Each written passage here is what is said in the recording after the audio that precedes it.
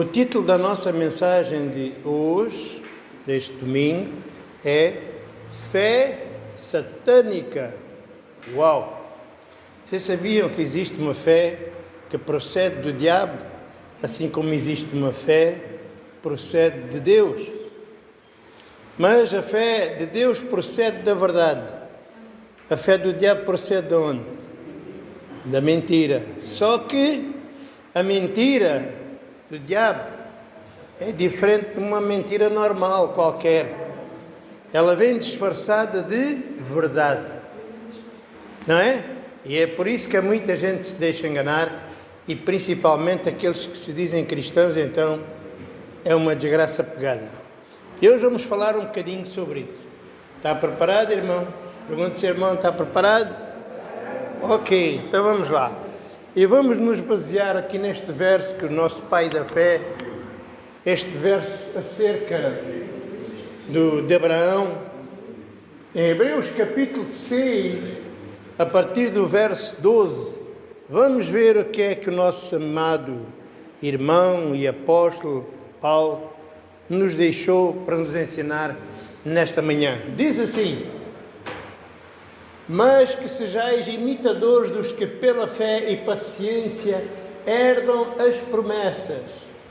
Porque quando Deus fez a promessa a Abraão, como não tinha outro maior por quem jurasse, jurou por si mesmo, dizendo: certamente abençoando-te abençoarei, e multiplicando-te multiplicarei. E assim, esperando com paciência, alcançou a promessa. Bom, então hoje vamos falar sobre a fé, a mentirosa, a fé fingida, a fé maligna. A fé maligna, esse tipo de fé não se importa da verdade, importa-se é ter razão. Importa-se é que a pessoa ouça aquilo que a pessoa diz. E vocês sabem, vocês lembram-se qual foi a fé que o diabo promoveu a Jesus Cristo no deserto? Que tipo de fé era aquela? Repare que ele baseava-se na palavra de Deus, no está escrito. A gente já não é nenhuns meninos na fé, já tivemos noutras igrejas e já conhecemos esta história, não é? Que há muita gente que fala de Jesus, que há muita gente que fala do Evangelho, não é? E até se baseiam na Escritura. Está escrito. E o diabo baseava-se na Escritura para tentar enganar Jesus. Está escrito. Não é? E ele tentou Jesus, não é? Só que, claro, Jesus era mais perto que ele, assim como todo filho de Deus. Mas, aparentemente, aquilo que o diabo dizia parecia ter sentido, parecia ter razão.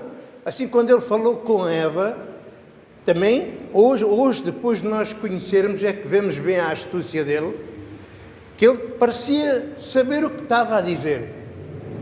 Porque ele perguntou a Eva: o que é que Deus disse que vocês morriam? Para nada. É comi e não morri. Eu não morri, estou aqui. Porquê é que eu digo que ele disse isso para ela? Porque ele sabia o bem e o mal. Ele sabia qual era o resultado de comer o fruto, que era a consciência do bem e do mal.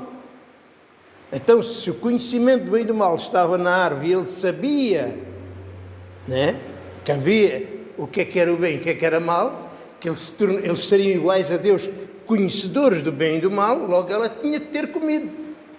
É claro que quando Deus diz não faças, ele vai logo a fugir fazer. Porque ele foi feito para isto. Não é? Até ele falou com Eva: não. Deus é que sabe, quando vocês comerem do fruto, vocês vão ser iguais a Deus, conhecendo o bem e o mal. E isso era mentira? Não, era verdade. Era verdade. Por isso a Escritura diz que quando eles comeram do fruto, os seus olhos se abriram e conheceram o bem e o mal.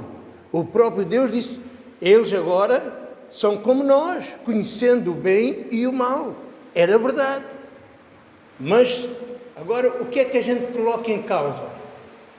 É o quê? O que é que tem valor para nós? O que o diabo diz ou o que Deus disse que morria? Ainda que a gente não veja, ainda que aparentemente pareça que seja mentira, o que é que tem que ter valor para nós? O que Deus diz ou o que o Satanás diz? E esta é que é a diferença entre a fé fingida e a fé verdadeira. A fé fingida tem uma aparência de verdade, porque se baseia na aparência, se baseia no que se vê, no que se toca.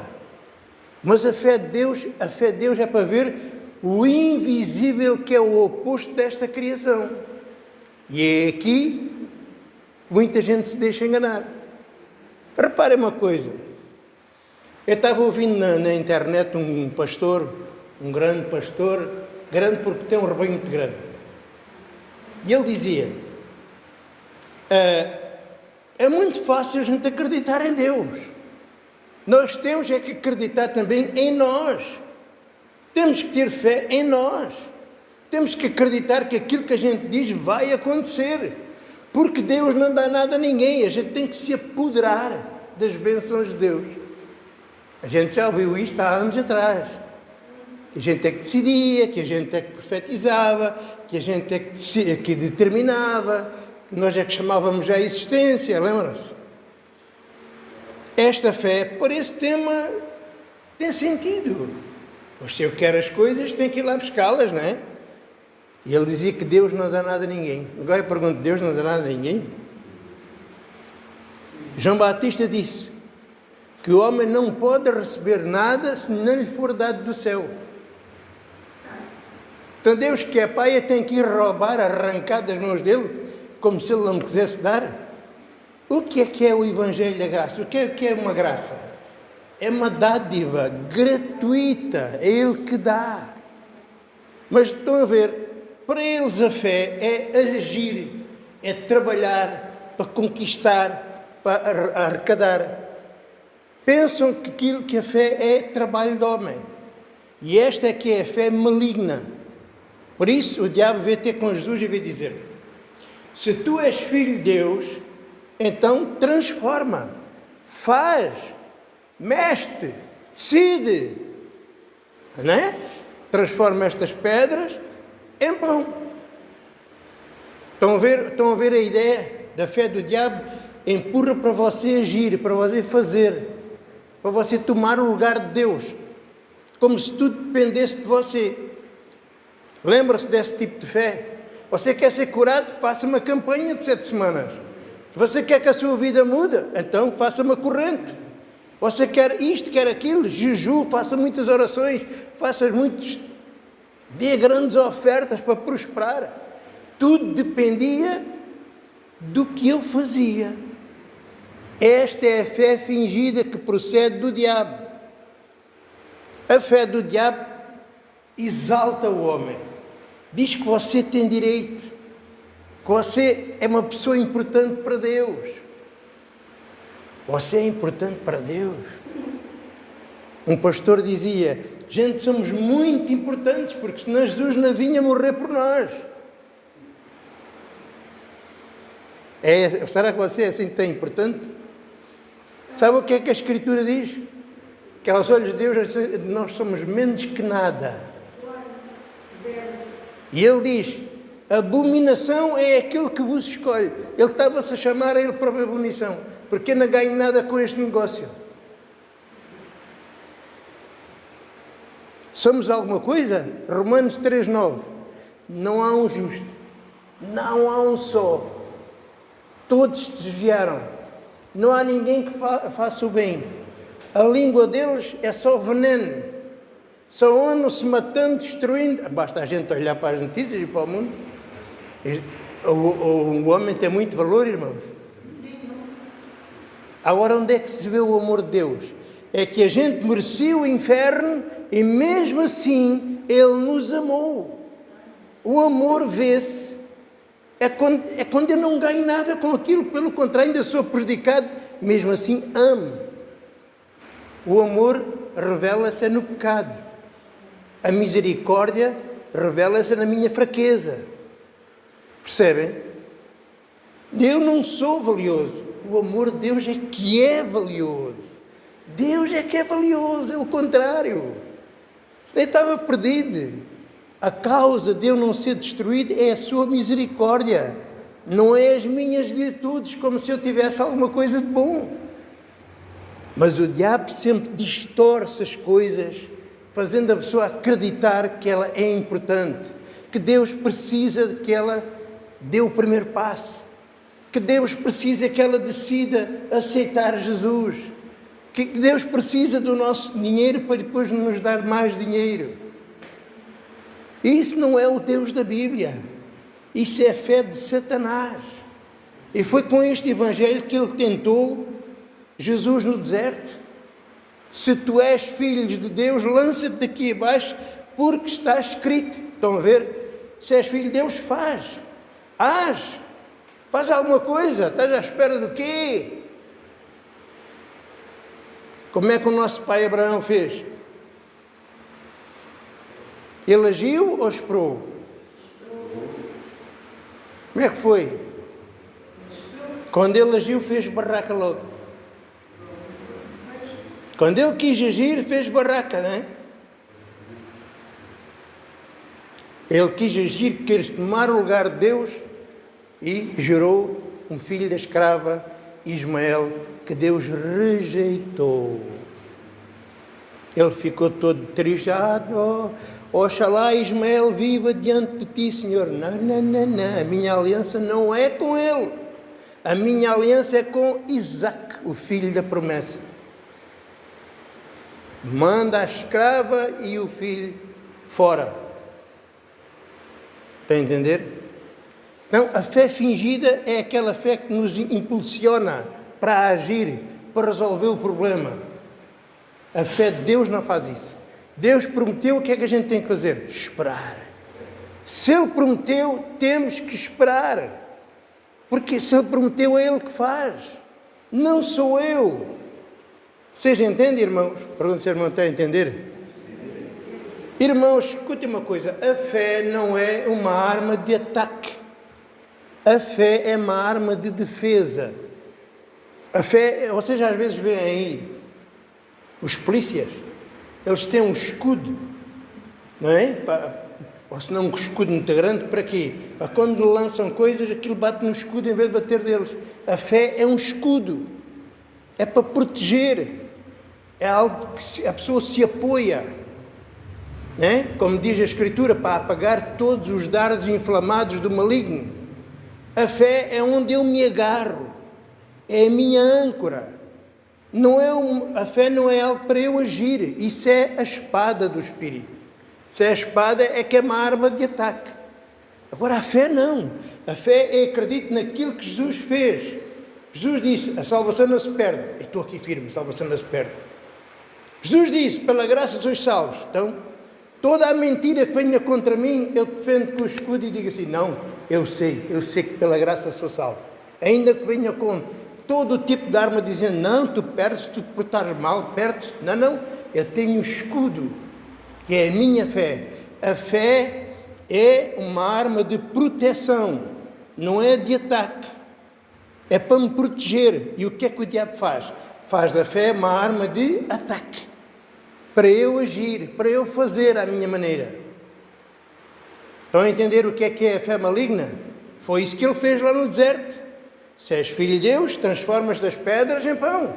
Age, faz alguma coisa, mostra que realmente és um filho de Deus. Se és filho de Deus, lança-te daqui abaixo. Se és filho de Deus, então, olha, adora-me que eu vou-te dar estas riquezas todas deste mundo. A fé do diabo promete riqueza. Mas você tem que agir. Você tem que fazer obras. Você estão a perceber a diferença? Enquanto a fé de Deus, o que é que diz? Sossega. Calma. Confia em Deus. Espera em Deus. Estão a ver a diferença, irmãos? Pergunto se a irmã está a ver a diferença. Vou-vos contar uma história, vocês podem ler na Bíblia, chamada Os Espias de Canaã. Já ouviram falar? Moisés mandou espias a Canaã, a terra de Canaã, que era a terra prometida que Deus tinha prometido a Israel, para eles irem espiar, para ir ver o que é que se passava lá, porque Deus tinha dito que era uma terra de prosperidade, uma terra de leite e mel, não é? Uma terra rica, próspera. E eles foram, 12 pessoas foram ver durante 40 dias, andaram a espiar a terra de Canaã, que depois se tornou a Israel, a nação de Israel, não é verdade? E o que é que eles viram lá? Eles voltaram e foram ter com Moisés, e Moisés perguntou, então, contem lá o que é que aconteceu. Realmente aquela terra é uma boa terra, uma terra, não é? Onde há muita riqueza, os frutos produzia muito, uma terra boa, uma terra de ouro, uma terra com montes de riquezas. Só que tinha um problema. Sabe qual é o problema? Tinha lá 7 nações. E eram cidades fortificadas com aquelas muralhas muito altas. Homens de guerra, e ainda por cima eram gigantes. Homens grandes, gigantes, poderosos. E eles vinham tremendo de medo. E dizia, a gente não vai para lá. É melhor nem ir para lá, se a gente morre todos.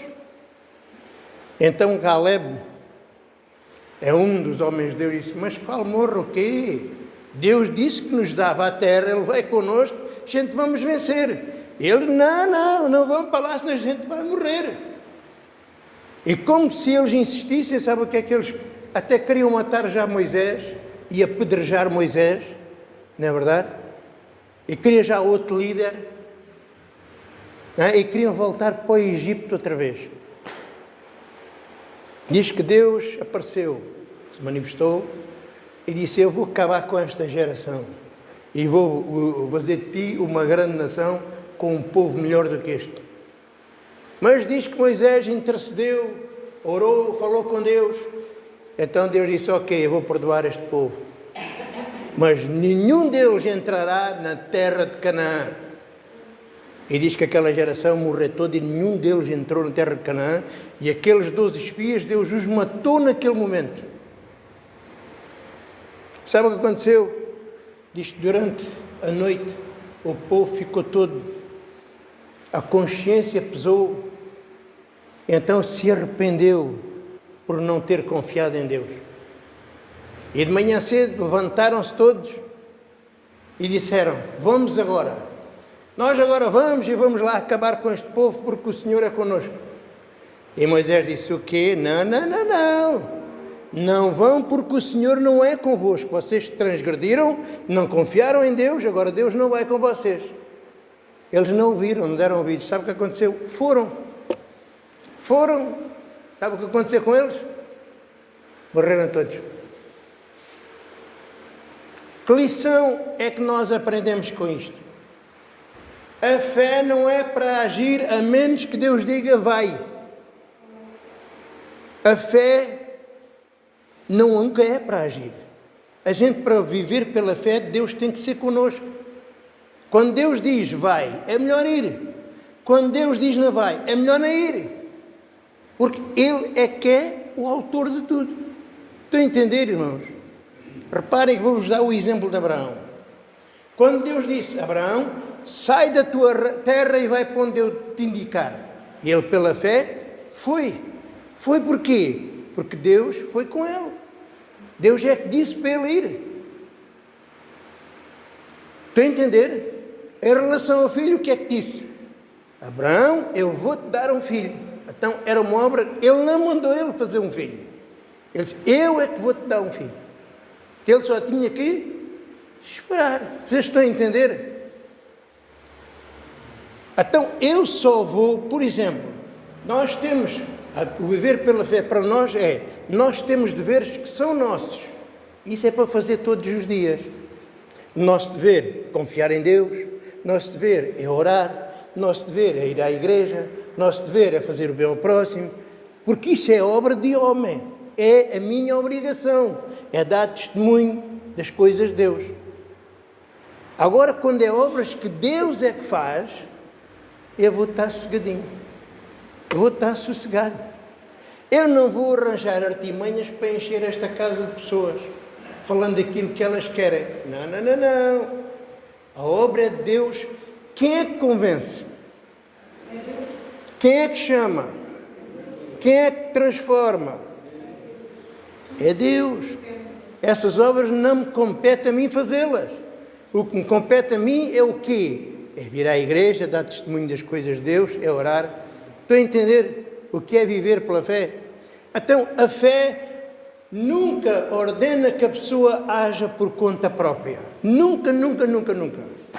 Olha, vamos firmar aqui na palavra de Deus que aconteceu com aquele, aconteceu com aquela, então vai também ter que acontecer comigo. Ah, vai? Olha, Pedro andou sobre a água, até também vou conseguir. Vou ali para a Ria de Faro, salto da ponte lá para fora e vou andar sobre a água. Então experimento e depois logo me diz como é que é. Estão a entender? A fé não ordena que faça nada por conta própria. Deus tinha dito a Jesus para o deserto, vá lá para o deserto para ser posto à prova. Não é para fazer sinais, nem maravilhas, nem coisíssima nenhuma, nem para agir por conta própria dele. O que é que Deus disse a respeito de nós? O que é que Deus diz a respeito de nós? O que é que Ele diz? Que a gente ouviu, creu, está na igreja, sujeito-se ao pastor, obedece ao pastor e espera. Porque o resto já não é nossa obra. A minha obra é falar da palavra de Deus, a vossa obra é crer e dar testemunho a toda a gente e esperar. Porque quem dá o crescimento é Deus. Quem convence é Deus. Quem salva é Deus. Quem justifica é Deus. Temos que esperar, irmãos. Eles não quiseram esperar. Queriam já voltar para o Egito. Pois é. Irmãos, escutem uma coisa. A fé não vivifica o ser humano.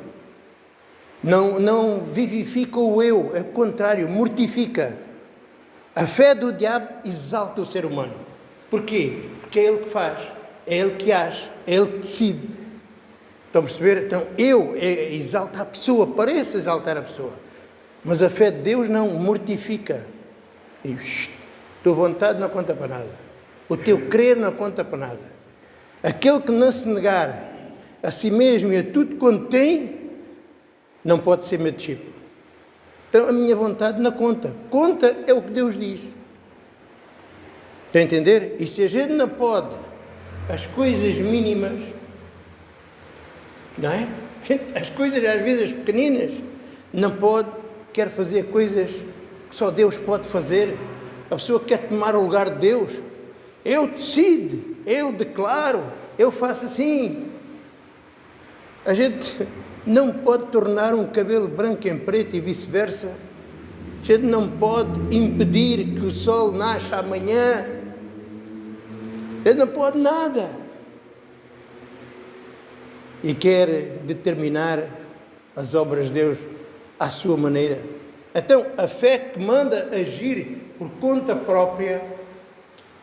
Oh, irmão, sabe o que aconteceu? Quando eles agiram por conta própria, morreram todos. Quando você age por conta própria, Deus não vai consigo. A proteção é a fé. A partir da hora que você age por conta própria, você não está com fé em Deus, está com fé em si. Eu vou agir. Você saiu do escudo. Imagine um exército. Um exército com grandes escudos em volta. Com grandes escudos. Então vêm flechas, vêm lanças, vêm tiros. E ninguém entra ali. Mas um dá-lhe na cabeça em agir. Então sai da formação, sai lá de trás dos escudos, não é? E vai agir. O que é que acontece? Perdeu a proteção. Assim é você. A partir do momento que você quer agir por conta própria, você quer governar a sua vida, fazer as coisas à sua maneira, Deus não está consigo. E as consequências são desastrosas. Estão a entender, irmãos? É isso que essa gente anda fazendo. Esta é que é a fé de Satanás. Uma fé satânica. Um amor maligno. Porque eles também falam de amor. Não falam? Deus ama. E para eles Deus ama toda a gente. Deus ama a todos. Não é? Mas Deus ama a todos. Desde que você não o contrarie. Por que é que eles falam tanto de amor? Por causa de quê? Por causa do seu interesse.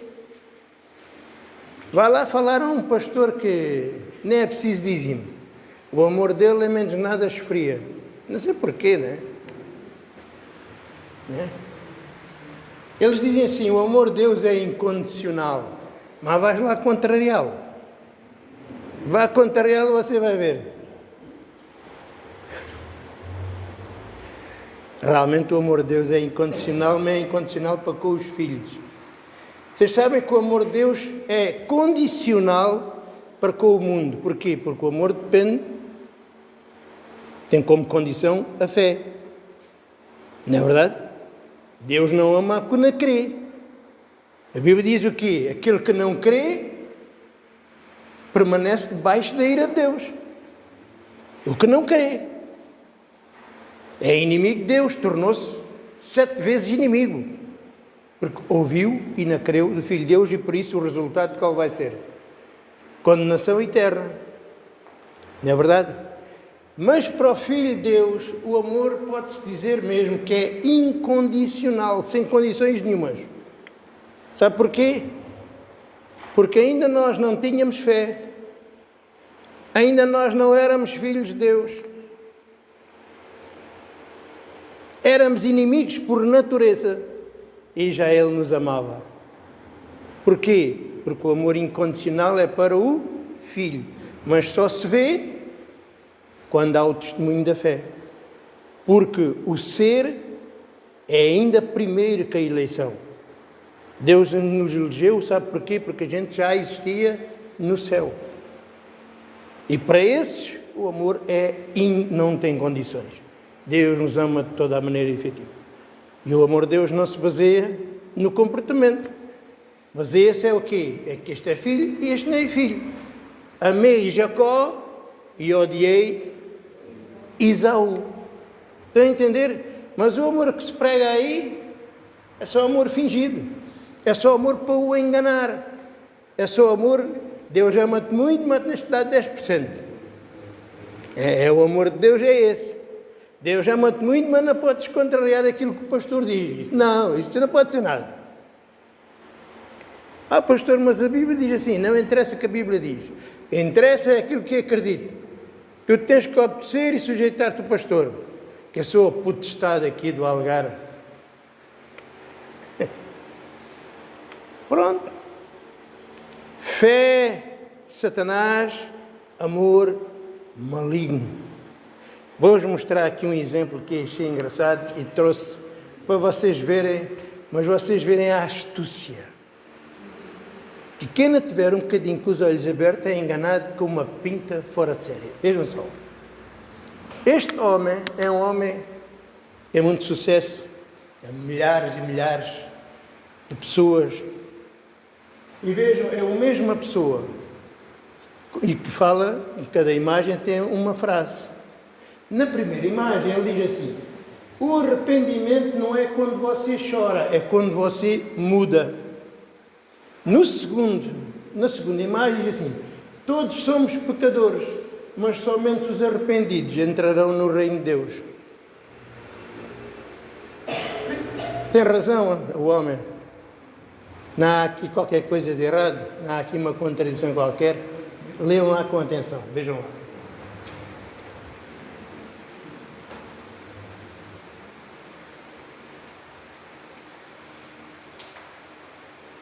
Vocês sabem,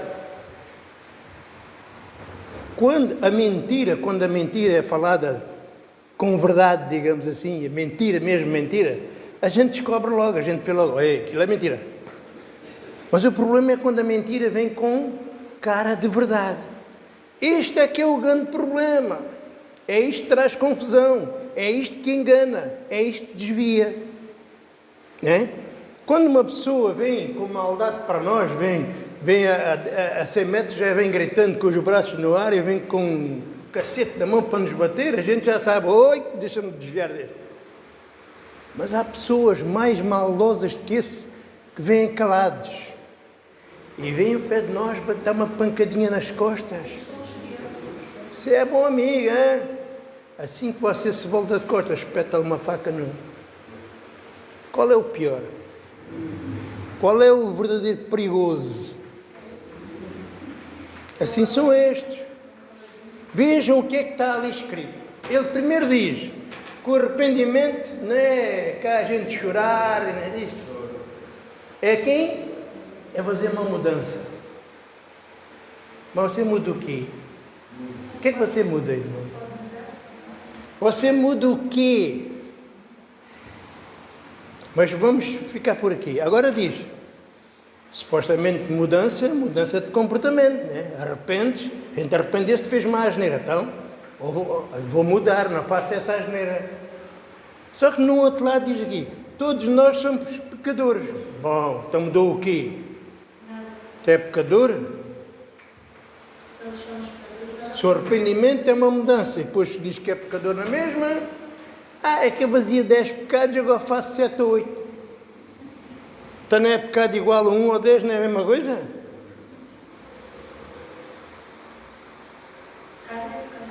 Todos nós somos pecadores, somente os arrependidos entrarão no reino de Deus. Bom, então diz que o arrependimento é uma mudança. Agora diz que a mudança, somos pecadores, afinal não há mudança, e os arrependidos é que entram no reino de Deus. Vocês não veem? Aqui diz que o arrependimento não vale nada, o que conta é a mudança. Ali está a dizer, não mudou nada, que a gente continua a ser pecadores, que aquilo que leva ao reino de Deus é o arrependimento. Até o arrependimento do publicano, qual foi a mudança dele? O outro não precisava mudar, que ele portava-se bem. Qual foi a mudança dele? O que é que ele fez? Bateu no peito e disse, perdoa-me, Senhor. Irmãos, realmente o arrependimento é uma mudança, mas não é de comportamento, é uma mudança de coração. Quem é que se pode arrepender com verdade a não ser aquele que é nascido de Deus? Aquele que é da fé. O homem natural não compreende as coisas de Deus, nem pode, e quando as ouve, acha que aquilo é uma loucura. Como é que ele se vai arrepender? Até quem é que se vai arrepender de coração? É o nascido de Deus, ou senão aquele a quem a fé vem. Já no Velho Testamento isso acontecia, para ele compreender o que fez e reconhecer. E isso não foi uma mudança? Não de comportamento, de coração. É o coração que tem que mudar. O comportamento não muda nada, que no corpo existe o quê? O pecado da carne, irmão. Está sempre aqui para o fazer tropeçar durante toda a vida. A carne não muda. A carne não se converte. Aqueles que andam aí se gloriando que têm uma vida que é um espetáculo, vão ter uma grande surpresa. Aquilo que tem que estar limpo não é a carne, não é a aparência, é o nosso coração. A fé maligna, satânica, ela só fala da sua carne, ela só fala dos seus feitos, ela só fala das suas virtudes, ela só fala para você ter fé, então mostre pelas obras. É tudo obras, obras, obras, obras e aparência. Não é? Se tu és filho de Deus, tens direito ao melhor. Se és filho de Deus, não podes andar aí no pecado, como se eles não andassem no pecado. Estão a entender, irmãos? Estão a entender o que é a fé maligna? E aqui, vejam, um homem dito de Deus. Vejam, eu não sei se eu estou a conseguir explicar isto para vocês. Primeiro diz que o arrependimento não é nada em si. O arrependimento é uma mudança. A gente, olha, fazíamos assim, a gente fumava, a gente bebia, a gente se embriagava, e agora para ele diz, arrependimento é uma mudança. Mas agora diz, não importa continuar pecador, porque os arrependidos é que entram no... Irmãos, a gente somos pecadores. É que se a gente somos pecadores, o que é que Jesus veio cá fazer? Então Jesus veio morrer, veio sofrer, e a gente continua igual como aqueles que até Jesus? Nós somos pecadores como os que estão lá fora. Para que é que a gente vem à igreja? Do que é que serviu a nossa fé? Ai, meu Deus! E são homens de Deus com 50 anos de pregação. Há 50 anos que falam da Bíblia, que falam de Jesus. Até onde é que se a gente vê, onde é que está a raiz do mal? A raiz do mal não está aí fora. A raiz do mal não está aí nos ateus. Não sabem o que é para eles. A raiz do mal vem com cara de bem, vem com cara de santidade, vem na vida daqueles que parecem ser ministros de Cristo, mas são ministros de Satanás. Assim como Satanás se transfigura em anjo de luz, assim também se transfiguram em ministros de Jesus Cristo. Só que é outro Cristo, é outro Evangelho, é outro Espírito. É uma fé maligna que visa o exterior, a carne, o homem, e não Cristo e Deus. Estão a entender, irmãos? Então, aqui é um exemplo. Estão a ver? Que aparentemente, se a gente não estiver com atenção, deixa-se enganar. O arrependimento é uma mudança. E depois diz, não importa, somos pecadores iguais. Interessa é a gente se arrepender. Aqui diz que o arrependimento não serve nada, serve a mudança. Ali diz o quê? Não importa a mudança, interessa é o arrependimento.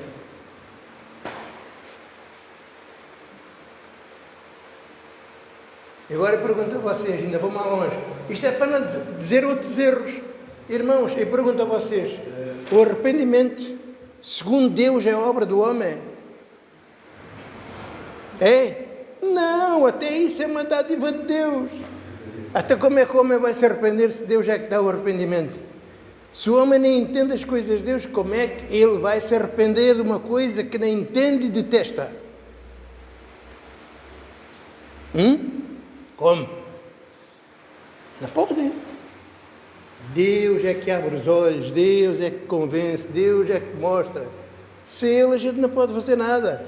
Irmãos, tudo isto é obra de Deus do princípio até o fim, inclusive a própria fé é um dom de Deus, é uma dádiva, não é um produto meu, não é um atributo meu, não é uma capacidade minha de crer ou não acreditar, não, é dom de Deus. Amém, irmãos? Então, esta fé que empurra tudo para mim, que tudo depende de mim, do meu agir, da minha escolha, da minha vontade, da minha decisão, é fé de quê? De Satanás. No entanto, parece ter tanto sentido, não é? E eles levam a vida inteira estas pessoas, e ainda ontem estava a ouvir até mandei para o pastor Vítor ver a vida, ele é pastor, mas está sempre falando a mesma coisa. Só fala de adultério, de prostituição, de pornografia, de sensualidade, não sei o quê. Uma pessoa que fala muita vez isso acho que tem a consciência pesada, não é? Mas o Evangelho não é isso. Ele gosta de apontar às pessoas. Você que está na igreja de saia curta, é do Satanás. Você que está na igreja, mulher com umas calças muito justinhas, é de Satanás. A sensualidade é de Satanás. Ou seja, a pessoa pode estar casado, mas não pode deixar a mulher sensual. Não pode olhar para a mulher. E é só palermices desses. E gosta de apontar os erros. Aquele que adulterou, aquele que se prostituiu, aquele que faz assim. Isto não é o Evangelho. Falar mal dos outros não é o Evangelho. Apontar os pecados dos outros, isto não tem nada a ver com o Evangelho, irmãos. Nada. A gente não pode apontar erros da carne aos outros. Porquê? Porquê? Aí está. Aí está. E porquê? Alguém consegue passar sem pecar? Ninguém. Quem diz que pode, isso é mentiroso. Uma coisa é o dever. A gente não deve pecar. Agora, nós temos poder para isso, irmão. Para terminar, vejam o que é que está escrito, o que é que Paulo deixou escrito. Sobre o corpo. Vamos falar um bocadinho falarmos sobre a fé. Ou é sobre o corpo. Vejam o que é que está escrito em 1 Coríntios 6, verso 18 ao verso 20.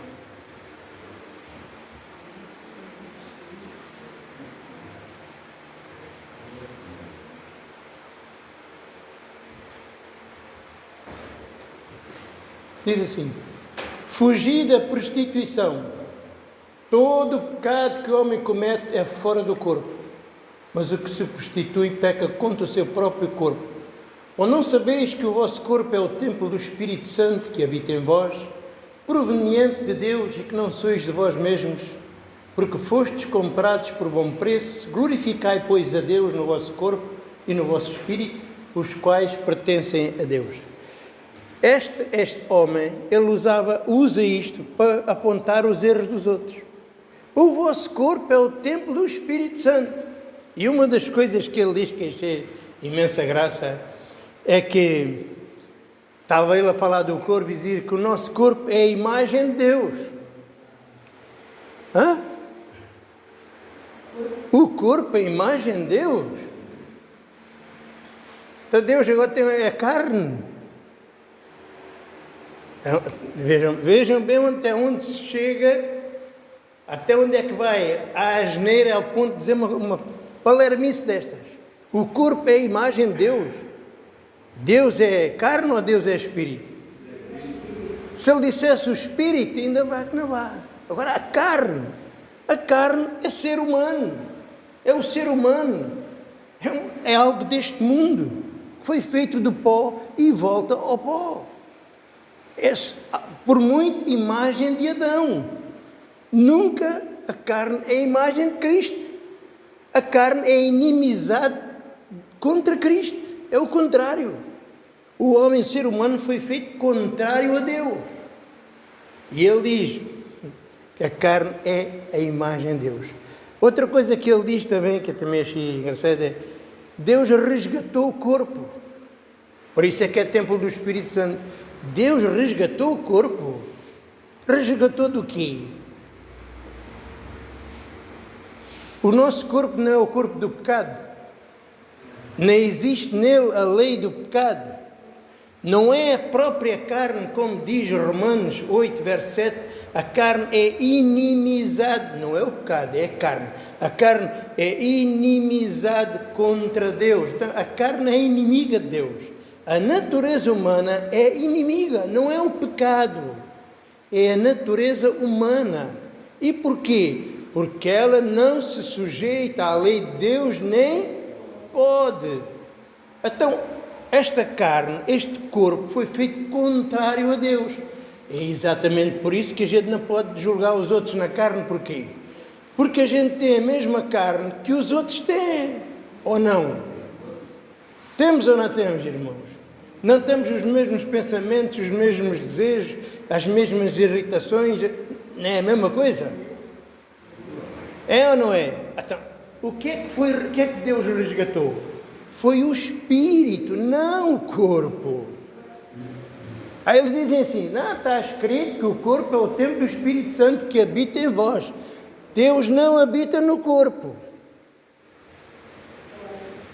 Quando diz é templo do Espírito Santo que habita em vós aonde? No coração. Atenção, senão quando a gente não tivesse corpo, ele deixava-nos. Irmãos, o templo de Jerusalém, de Salomão, tinha duas coisas. Tinha o templo todo em volta, cercado, com um grande muro, não é? Mas dentro do templo havia um lugar chamado o santuário. O santuário. E onde é que Deus habitava? No templo ou no santuário? No santuário. O templo é a parte exterior, mas o santuário é a parte interior. Ele habita dentro do nosso coração. Deus não habita com o pecado. Então o que é que Deus faz? Ele resgatou, foi o Espírito, e fez dele o seu santuário, e o purificou pelo sangue de Jesus, e agora habita dentro dele. Porque o santuário é santo, de tal maneira, como já a lei mostrava, que se alguém entrasse lá, o que é que lhe acontecia? Morria. Já mostrando que é a casa de Deus e aqui não pode entrar pecado nem inimigo, nada. É onde está Deus, não pode entrar o pecado. Então, nós somos perfeitos, iguais a Deus, de tal forma que o próprio Deus habita dentro de nós. Mas o templo, né, o corpo, é templo de Deus porquê? Porque é com este corpo que a gente faz as obras de Deus.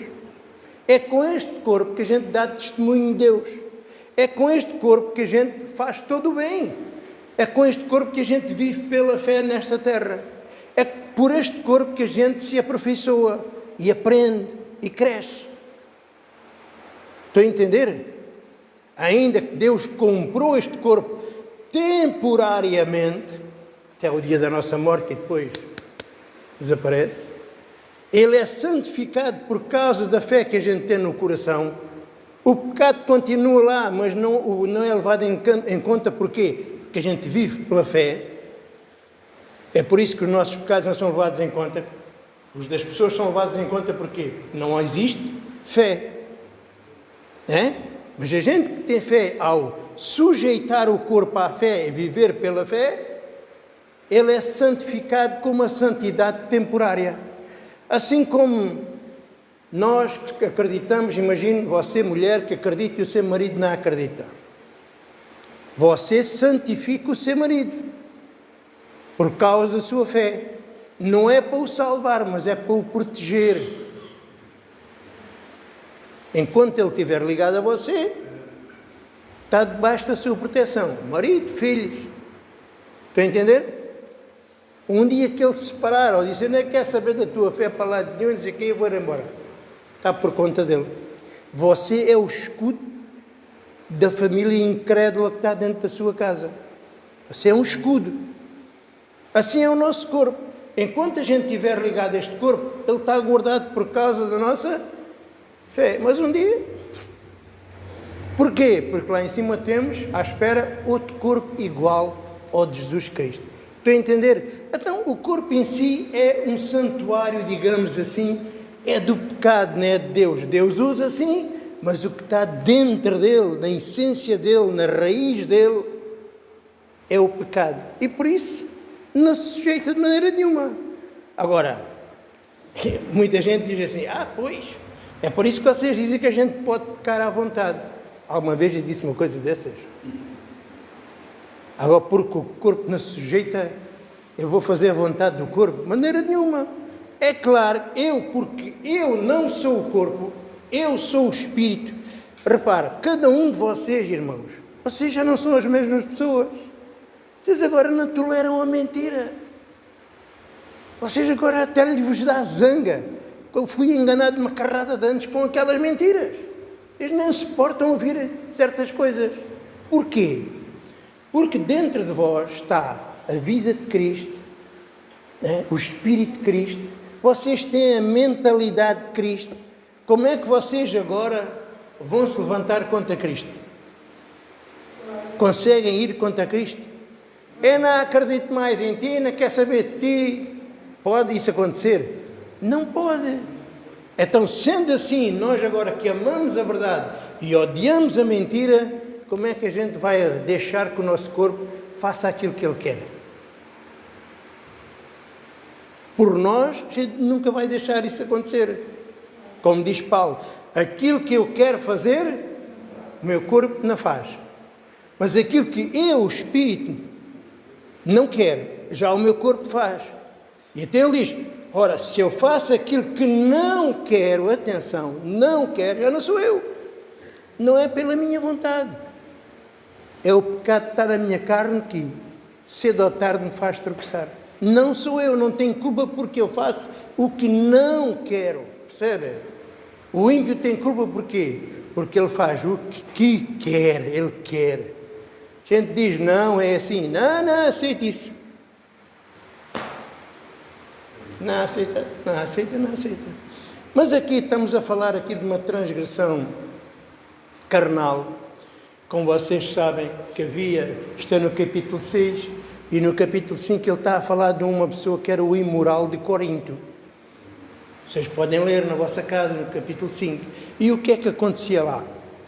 Diz que o apóstolo Paulo estava muito chateado porque os governantes daquela igreja não estavam a corrigir e a governar como deve de ser segundo a verdade. E porquê?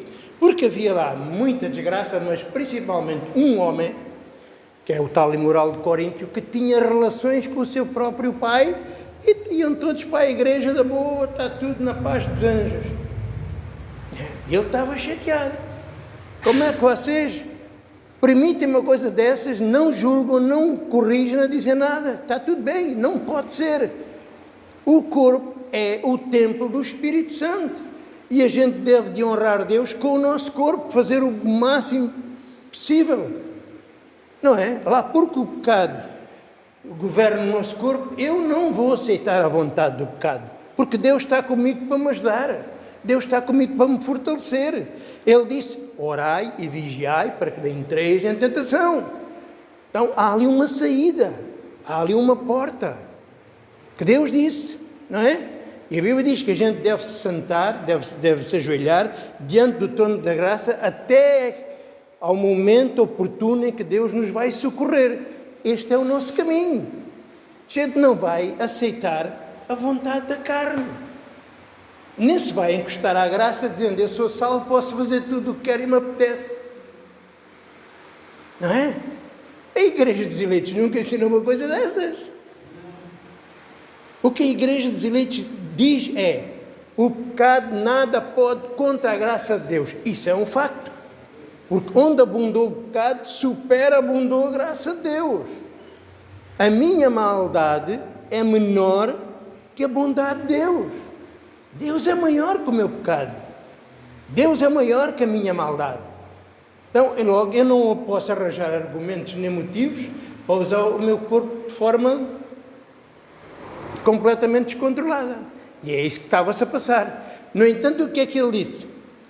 Esse homem vai ser corrigido na carne, a sua carne vai ser entregue a Satanás para a destruição da carne, mas o seu espírito será salvo no dia do Senhor. O pecado que a gente faz da carne não tem nada com a salvação, mas é corrigido, é castigado. Estão a entender, irmãos? Para evitar isso, para que isso não aconteça, o que é que a gente tem que fazer? Resistir. Pedir socorro a Deus. Lá está o que Jesus disse. O Espírito está pronto. O Espírito disse, não tem problema nenhum. O problema é a carne. E a gente neste mundo vive por meio da carne, que é igual aos ímpios. Não há mudança diferente nenhuma. Falta aí a ímpios que se portam melhor que nós. Há pessoas aí que nunca adulteraram, nunca tiveram vícios, que ajudam toda a gente, boas, igual ao Jó, igual ao fariseu. Só que isso, qual é a utilidade disso para o espírito? Zero. Agora, aquele que tem fé, até um copo d'água tem valor. Aquele que crê em Jesus, até uma saudação e um abraço tem valor, porque procede da fé. A fé é o nosso maior tesouro, irmãos. Mas a fé pode ser a coisa mais terrível que há quando procede do diabo, que parece a fé de Jesus, mas mutilada, dissimulada, fingida. Estão a entender? E é por isso que a gente tem que discernir. A fé, pôr à prova a fé. Vamos lá ver, isto é fé de onde Deus, ou isto é fé fingida? E você tem que saber. Com as pessoas que você acompanha, você tem que saber. Com as pessoas que vêm para você falar de Jesus, toda a gente fala de Jesus. Você tem que saber de onde é que vem aquele Jesus, de onde é que vem aquele tipo de fé. Estão a entender, irmãos? Mas a fé fingida o que é que faz? Olha para o corpo. Se o corpo, se a pessoa se porta bem, é de Deus. Se a pessoa se porta mal, já não é de Deus. Será que é assim? Aquilo que agrada o coração de Deus é a fé, irmãos. Lembram-se de Moisés? Não estavam lá, como é que eu me vou lembrar, pastor? Não, mas conhece aqui da Bíblia. Moisés tinha acabado de trazer o mandamento da lei. E um dos mandamentos era, não adulterarás. E outro mandamento é, vocês, povo de Israel, que Deus escolheu dentre todas as nações, não se misturem com os outros povos. Sabe o que é que ele fez? Ele foi ter com uma africana, olhou a africana, gostou muito dela, levou-a para a tenda e casou com ela. Isto pela lei era justo ou era pecado? Era pecado Era pecado, não é? Mas o que é que Deus disse a respeito de Moisés? Que Moisés e toda a sua casa foram fiéis a Deus. Porquê? Por causa da fé. Irmãos, a fé não deixa que os pecados da carne sejam levados em conta. Não para o amor entre Deus e o homem. Estão a entender? Podem ser levados em contas para a correção, mas nunca para a condenação. Quem diz Moisés, diz Sansão, diz Oséias, todos eles adulteraram, todos eles fizeram coisas erradas, mas agradaram todos a Deus. Em contrapartida temos Jó. Jó não agradou a Deus. E segundo a lei era irrepreensível. Estão a ver, irmãos? Então, tenha cuidado com a fé fingida. A fé fingida só exalta o homem. A fé fingida só fala das obras do homem, do comportamento do homem. A fé fingida diz assim: fé sem obras é morta. Essa fé procede do Satanás. O Satanás quer que você mostre a sua fé pelas obras. Estão a entender? A fé não mostra as minhas obras. A fé mostra Jesus Cristo. Amém? Está a ouvir? A fé mostra Jesus Cristo. Fala Jesus Cristo. Não do homem, nem das virtudes do homem. Amém, irmãos? E é isso que a gente vê aqui. Qual é o nosso dever? Ele diz assim: fostes comprados por bom preço, glorificai a Deus no vosso corpo e no vosso espírito. Como é que eu vou glorificar a Deus? Como é que eu glorifico a Deus, irmãos? É viver pela fé. Tudo quanto eu faço, faço em nome de Jesus. Isso é que glorifica a Deus. Quem é que glorificou a Deus? O fariseu ou o publicano? Porquê? Porque o fariseu confiava nele. O publicano confiava em Deus. Perdoa, Senhor. Perdoa-me, Jesus. É isto que glorifica a Deus. Percebem?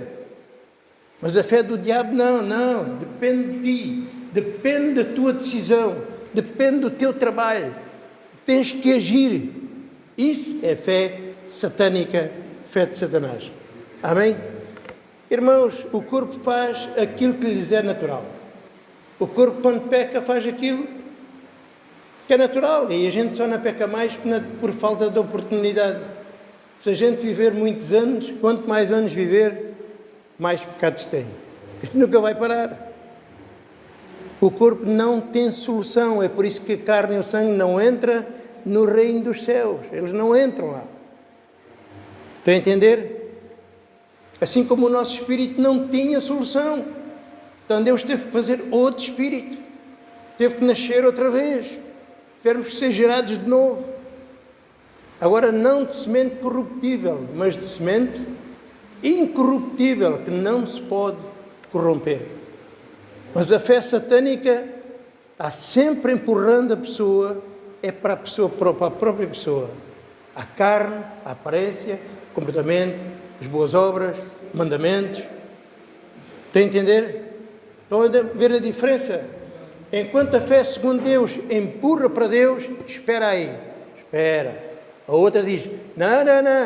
A outra empurra para a pessoa. És tu, depende de ti, faz tu, decide tu, aceita tu. É claro que o homem gosta de ser o autor, não é? Mas isso não tem nada a ver com Deus. Então, irmãos, o dever a respeito do nosso corpo é resistir. A gente deve fazer o nosso melhor.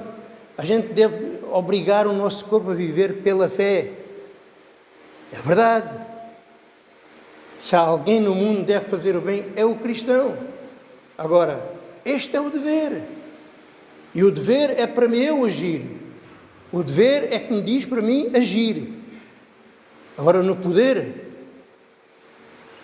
o poder diz, espera que é Deus que faz. O dever é, Abraão, sai da tua terra. Ele teve que agir. Foi porque Deus disse. Se Deus disse, vai comigo. Vai, sai da tua terra, eu vou fazer de ti uma bênção. Eu vou. Depois Deus disse, Abraão, olha aí para o céu, olha as estrelas do céu, assim será a sua descendência, eu vou-te dar um filho. É para estar sossegado, porque ele disse que ele é que ia dar. No primeiro disse, sai da tua terra e vai para a terra onde eu te mostrar. Eu vou lá contigo, vou-te mostrar onde é. Eu sigo Jesus. Eu não acho por minha conta própria, não, vou seguindo as pisadas de Jesus. Para o outro não, eu vou-te dar. É filho de uma promessa, eu é que te vou dar. Ele tinha só que esperar, só que foi enganado, né, também. E assim somos nós, quando nós agimos, Deus não vai connosco. Quando a gente age por conta própria, Deus não vai connosco. Quando nós arranjamos uma alternativa além da verdade, Deus não vai connosco. Deus diz para a gente estar sossegado e esperar. Se a pessoa agir e voltar para trás, Deus não vai connosco. A gente não pode voltar outra vez para o Egito, irmãos, para a ignorância. Não é? Então, a gente tem deveres a cumprir, que é viver pela fé. Fazer o bem, orar, ir à igreja, amar os irmãos, tolerar as asneiras, às vezes, que a gente ouve, fazer o nosso melhor. É? Mas em relação ao futuro da minha vida, ao futuro da igreja, isto não está nas nossas mãos. Então vamos esperar, aguardar. Nossa oração é esta, a gente deve dizer, Deus faz crescer a igreja. Deus convence as pessoas. Deus, o mundo está um caos, é uma miséria religiosa. Toda a gente é cristão e ninguém conhece Cristo. Abre os olhos às pessoas. Abre os olhos à minha família. Mas eu não posso agir. Agora vou abrir os olhos ao meu irmão e à minha irmã. Oh, cego, pá, abre os olhos, não sei o quê. O que é que você vai fazer? Você vai sozinho, Deus não vai consigo. Não pode obrigar. A obra é de Deus. A obra é de Deus, não é nossa. Estão a entender? Estão a perceber o que é fé satânica? Parece ter jeito, como aquele que a gente viu ali há pouco. Né? Isto parece ter todo o jeito. Parece engraçado, é como a fé sem obras. A fé mostra-se pelas obras. Até parece que tem jeito para quem não tem entendimento. Mas a fé não pode. Eu não posso mostrar a fé pelas obras, porque a fé fala de Jesus Cristo. A fé não fala de mim. A fé fala de Jesus. A minha fé tem que mostrar é Jesus. É quando eu dou testemunho das obras de Jesus, é que eu mostro a minha fé. Porque as obras que acompanham a fé são as obras de Cristo, não são as minhas. A fé fingida volta ao contrário o saco. Não! Se tens fé, mostra as tuas obras. Puxa, a fé está em Jesus, não está em mim. E ninguém vê. Isto é feito de uma forma tão astuta, milhões são enganados. Agora vem o Papa, para ver 1 milhão ali juntos. Eu estava a falar com não é padre, é abaixo de padre, agora esquece-me como é que eu não digo. Eu estava a dizer, ele dizia-me assim, nós não adoramos Maria, veneramos Maria, né? Que ela é a mãe de Jesus, que é a mãe de Deus, não sei o quê, não sei o quê. Ele diz, meu, abre os olhos. Ele trazia, tinha uma santa daqui até aqui. Não sei se aquilo era de madeira, se era. Meu, olha lá bem para o que é que tu tens na mão. Tu não estás venerando a Maria. Tu estás adorando um boneco. Que isso é um boneco, isso é um bocado de madeira que se calhar o resto fizeram lá a cômoda da tua casa. Isso é um boneco. Tu estás falando, tu ajoelhas-te diante de um boneco. Estás a falar para um boneco. A Maria não está aqui, a Maria está no céu. Não está aqui. Os homens não têm acesso àqueles que estão lá no céu. Quem está aqui é o Espírito de Jesus. Para tu ires a Jesus tem que ser pela fé. Não pode ser por Maria. Maria não te ouve. E não, isto é a santinha. Oh, meu Deus. E agora vocês vão ver quando vierem o Papa. As pessoas a chorarem na sinceridade. Elas já acham que são assim, na sinceridade deles, pelo menos no momento da emoção, aclamar a Ave Maria, dar beijinhos nos pés do santo e da santa.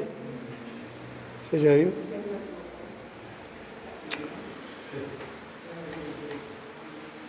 Como é que eles arranjaram uma mentira e ainda dizem que são a igreja verdadeira, que vem dos apóstolos? Onde é que os apóstolos falam de Maria? Onde é que Jesus fala de Maria? Onde? Onde é que fala dos ídolos? E tem um sucesso, é a maior igreja do mundo. A católica é a maior igreja do mundo, tem mais de 1.000 milhões. Já viu? Isto significa o quê? Vai tudo para o inferno. São multidões. Vocês sabem o que é o inferno, irmãos?